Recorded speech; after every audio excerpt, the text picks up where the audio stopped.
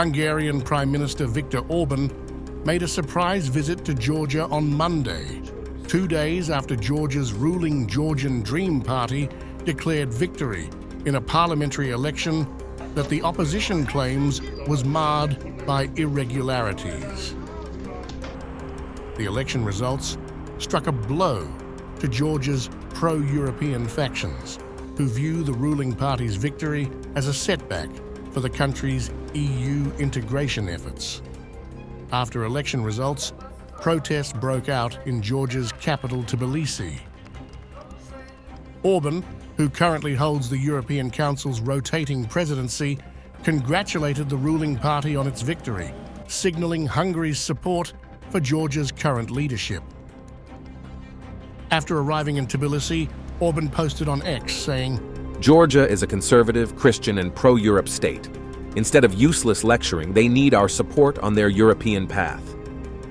His endorsement comes amid criticism from Western allies who argue that Georgian Dream is aligning too closely with Moscow.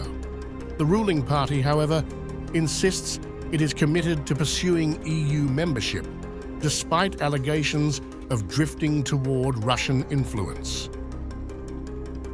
Orban's visit was met with dissent from protesters in Tbilisi. Waving EU flags, they accused him of supporting Georgian Dream and aligning with Russian interests.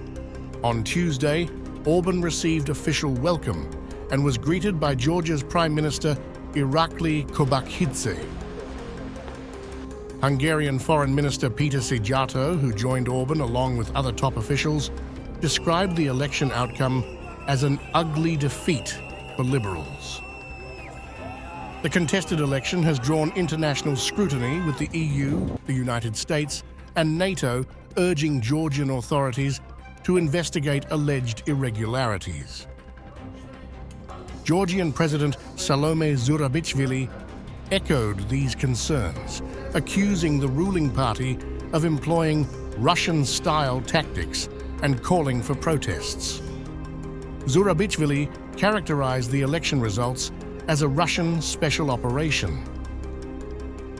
"We were not just witnesses, but also victims of what can only be described as a Russian special operation, a new form of hybrid warfare waged against our people and our country." Meanwhile, the European Union on Monday halted Georgia's EU accession process and called for a full and transparent investigation into the electoral allegations.